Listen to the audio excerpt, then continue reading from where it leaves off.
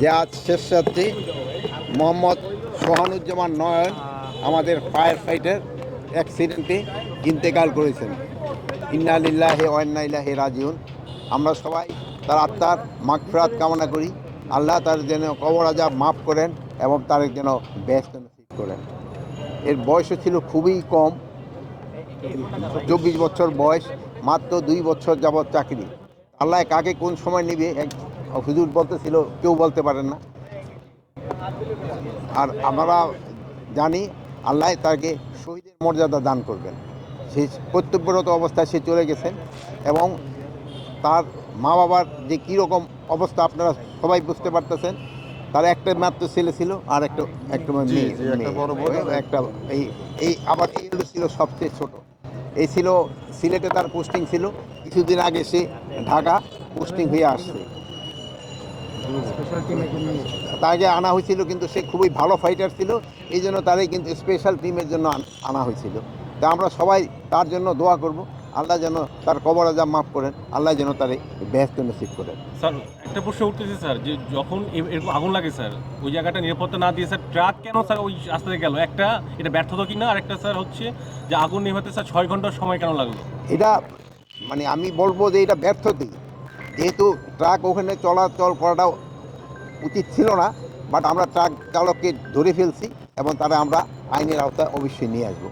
আরেকটা জিনিস হলো যে আগুনের নিবারণে কোনটা কতক্ষণ লাগবে এটা তো আমরা এইভাবে বলতে পারবো না, আগুনের উপরে নির্ভর করে এবং এবং এই যে ফায়ার ফাইটার যে গাড়িগুলি যাওয়া এগুলির উপরে অনেক সময় নির্ভর করে, পানির ইয়ের সরবরাহের উপরে নির্ভর করে, প্লাস অনেক সময় অনেক ধরনের থাকে, প্রতিবন্ধকতা থাকে, ওইগুলির উপর নির্ভর করে।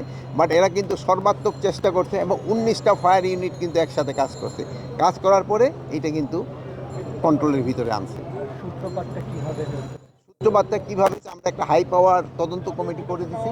এই তদন্ত কমিটি খুব তাড়াতাড়ি রিপোর্টটা দিলে আপনারা জানতে পারবেন এটা সূত্রপাত কীভাবে এবং কেন এই ভয়টা সংগঠিত হয়েছে। স্যার, দুজন উপদেষ্টা ছাত্র আন্দোলনের দুজন উপদেষ্টা মানে সদস্য, প্রথম সারির সদস্য, তারা দুজন পোস্ট দিয়েছেন যে এটা হলো ফ্যাসিস্ট সরকারের কোনো ষড়যন্ত্র হতে পারে। আপনার কাছে কি এরকম কোনো কিছু মনে হয় কিনা?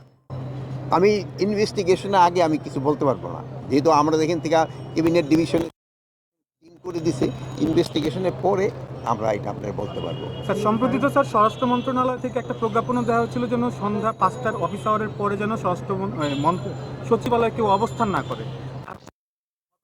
এইটার ভিতরে তো কেউ শিশু তো 5টার পরে তো কেউ অবস্থা, এটা তো ঘটনাটা ঘটছে তো রাত সেই 1টার দিকে। ওই সময় তো ওই বিল্ডিংয়ে তো কেউ ছিল না। আপনারা জানেন ওইটা তো 3টা ফটো, 3টা ফটোই কিন্তু তালা দেওয়া ছিল, প্লাস প্রত্যেকটার যে প্রত্যেকটা ফ্লোরে যার যার মন্ত্রণালয় ওইটাও কিন্তু তালা দেওয়া থাকে, ওইগুলোও কিন্তু তালা দেওয়া ছিল।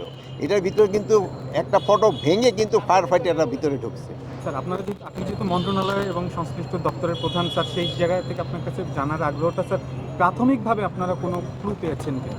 প্রাথমিকভাবে আমরা ধরেন ওই প্রাথমিক ক্লু আমি আপনারা একটা বললাম, পরে দেখা যায় ওইটা প্রমাণিত হল, এই জন্য হওয়ার পরে আমার মনে হয় বলাটা ভালো। যেহেতু আমি যদি এখানে একটা বলি আপনার সাথে সাথে কিন্তু স্বরাষ্ট্র উদ্ধৃতি দেওয়া, আমি এই জন্য পুরাটা জানার পর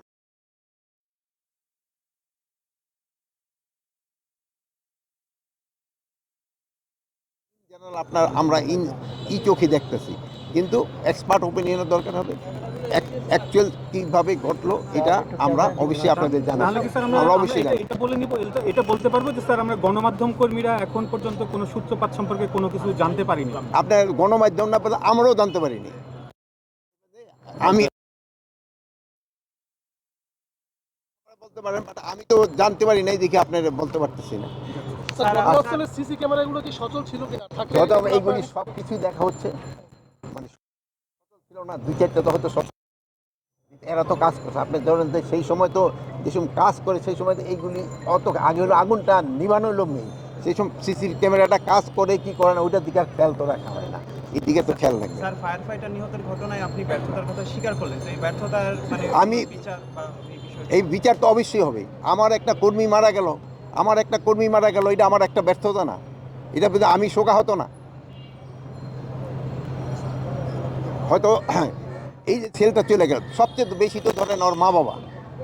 অনেকে অনেক সময় কিন্তু আস্তে আস্তে বলে, কিন্তু মা বাবা কিন্তু সহজে বলতে পারবে না, তার সন্তান কিন্তু সে বলতে পারবে না। আমরা আপনারা দেশে আমরা হয়তো একসময় ভুলে দেবো, কিন্তু তার সন্তান কিন্তু বলতে পারবে না। অনেকে বক্তৃতা দিয়ে অনেক কথা বলতে পারবে, কিন্তু কিছুক্ষণ পরে কিন্তু তারা ভুলে যাবে, কিন্তু মা বাবা কিন্তু বলতে পারবে না। এবং এই তার মা বাবা যেন ভালোভাবেই থাকতে পারে, ওইটার জন্য আমাদের যত দেখার দরকার আমরা অবশ্যই দেখব। আচ্ছা, ভালো থাকেন, দোয়া করবেন, ওর জন্য আপনারা দোয়া করবেন যেন